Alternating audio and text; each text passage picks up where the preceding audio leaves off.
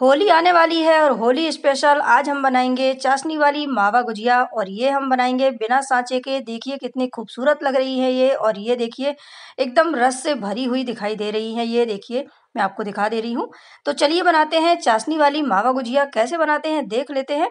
और यहाँ मैं कढ़ाई में ले रही हूँ 2 से 3 छोटे चम्मच घी, और घी गर्म हो गया है तो हम इसमें डाल देते हैं काजू बादाम और किशमिश, जैसे हमने कट कर लिया है।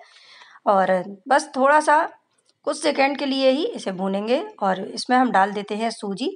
तो मैं यहाँ ले रही हूँ आधे कप सूजी, और आधा कप सूजी का ही बनाएंगे ताकि इसमें सूजी का क्वांटिटी कम रहे और मावा ज़्यादा दिखे। आप चाहें तो ज़्यादा भी ले सकते हैं, जैसा भी आपके यहाँ सुविधा हो उस हिसाब से आप सूजी को कम ज़्यादा कर सकते हैं। तो सूजी को हम गोल्डन ब्राउन कलर होने तक भूनेंगे। तो यहाँ देखिए इसको धीरे धीरे धीमी आंच में हमें भूनना है।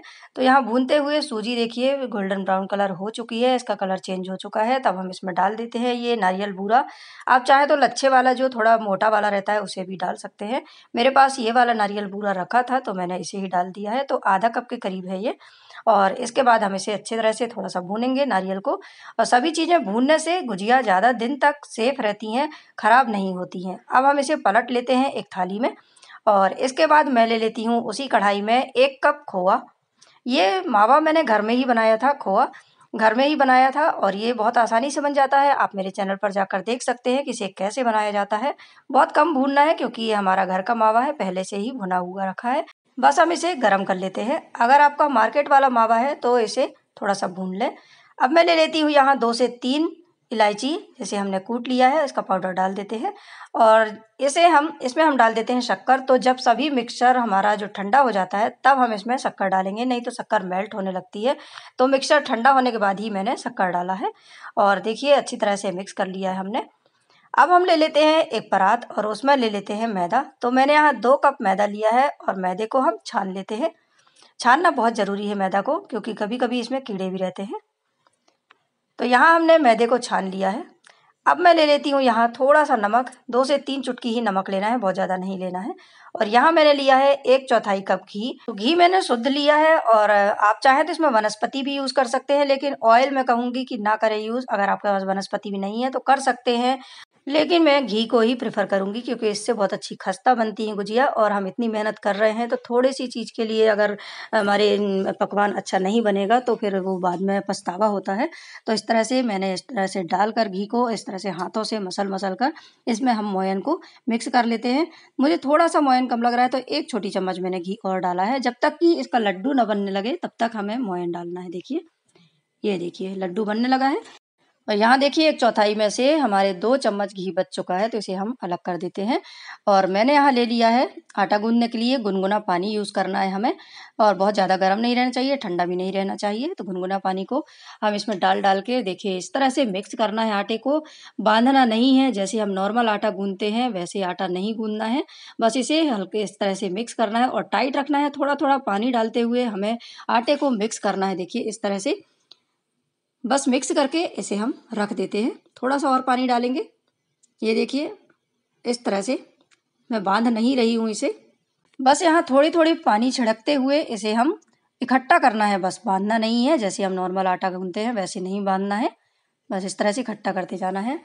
इस तरह की गुजिया से हमारे बचपन की यादें भी जुड़ी हैं। हमारे पापा इस तरह की गुजिया लाते थे, और उसमें थोड़ा सा कलर वाली गुजिया भी रहती थी। तो बस मैं वैसे ही गुजिया बनाने की कोशिश कर रही हूँ।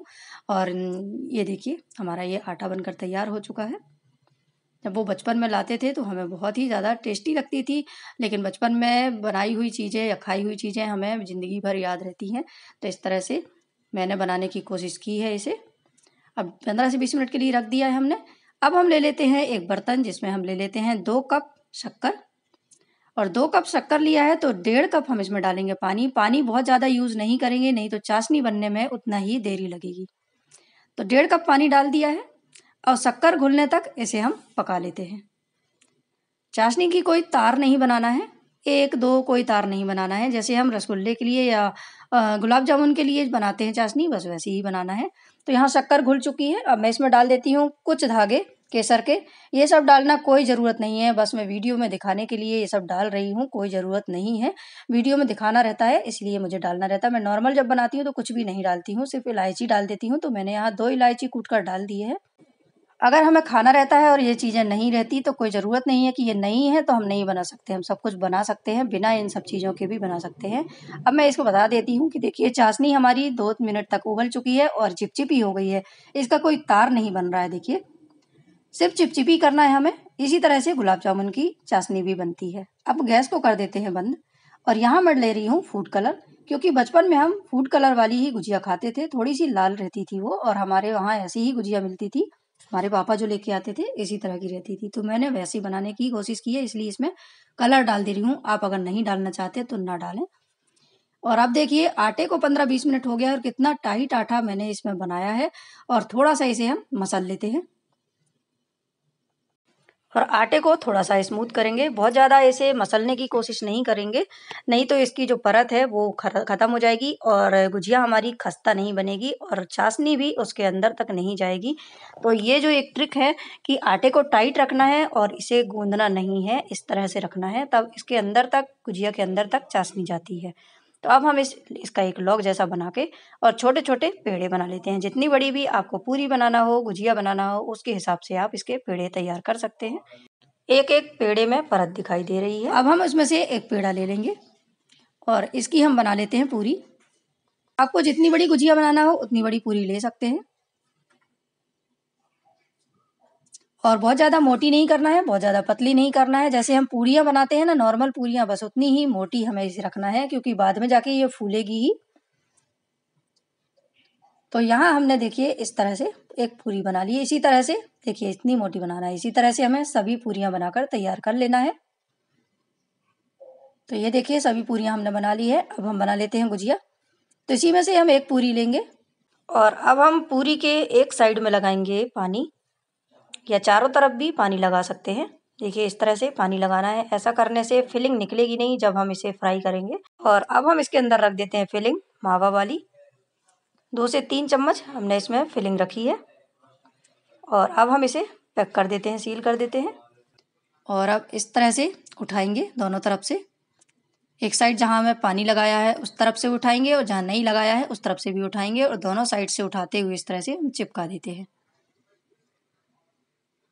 ये देखिए पूरी तरह से हम गुजिया को सील कर देते हैं और पानी लगाने की वजह से ये अच्छे से सील हो जाती है, निकलती नहीं है इसकी फिलिंग। अब देखिए मैं इसे कैसे डिज़ाइन देती हूँ, क्योंकि हमने बचपन में इसी तरह से गुजिया खाई थी और ये डिज़ाइन मेरी मम्मी ने सिखाई थी। जब हम बहुत छोटे थे तो वो बनाती थी और हमें बताती थी कि इस तरह से बनाना है करके। देखिए एक कोने को हम थोड़ा सा आटा हाथ में लगाकर और इस तरह से चिपकाएंगे और ये देखिए इस तरह से करके एक बार डिज़ाइन बनाएंगे और थोड़ा सा दबाएंगे तो ये दूसरी डिज़ाइन के लिए तैयार हो जाएगा। फिर इसको दबाएंगे, दूसरी डिज़ाइन के लिए तैयार हो जाएगा। देखिए ये दबाते जाना है और अंगूठे से इसे चिपकाते जाना है। ये देखिए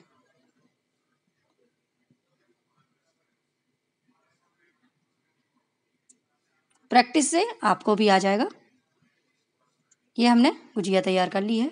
अगर आपसे ये डिज़ाइन बनाते नहीं बन रही है और आपके पास कोई मोल्ड भी नहीं है, सांचा भी नहीं है, तो इस तरह से बना सकते हैं। पूरी में सबसे पहले हम फिलिंग भर लेते हैं और सील कर देते हैं। एक कटोरी रखेंगे और चारों तरफ से जो हमारी एक्स्ट्रा आटा है उसे हम निकाल देते हैं इस तरह से। ये देखिए कितनी अच्छी तरह से इसमें शेप आ गया है और बराबर हो गई गुजिया। अब हम एक फॉर्क लेते हैं और फॉर्क से इस तरह से डिज़ाइन बना देते हैं। ये देखिए कितना सुंदर डिज़ाइन वाली गुजिया बनकर तैयार हो गई है और ये हमने सभी गुजिया बनाकर पहले तैयार कर लिया है। और ये हमारी इस तरह से डिज़ाइन वाली बना लिया है हमने। अब तेल को कर लेते हैं गरम। तो तेल को किस तरह से गरम करना है ये देखिए, जैसे हमने इसमें डाला बिल्कुल बहुत धीरे धीरे इसमें बबल्स आ रहे हैं। बहुत ज़्यादा गरम नहीं रहना चाहिए तेल। तेल अगर ज़्यादा गरम रहेगा तो गुजिया में छोटे छोटे फफोले जैसे आ जाते हैं और वो बिल्कुल अच्छे नहीं लगते देखने में। और इसे हम फ्राई करेंगे एकदम धीमी आंच में, कम से कम 2 से 3 मिनट तक धीमी आंच में ही दोनों साइड से 2 से 3 मिनट का टाइम लेते हुए इसे हम फ्राई करेंगे।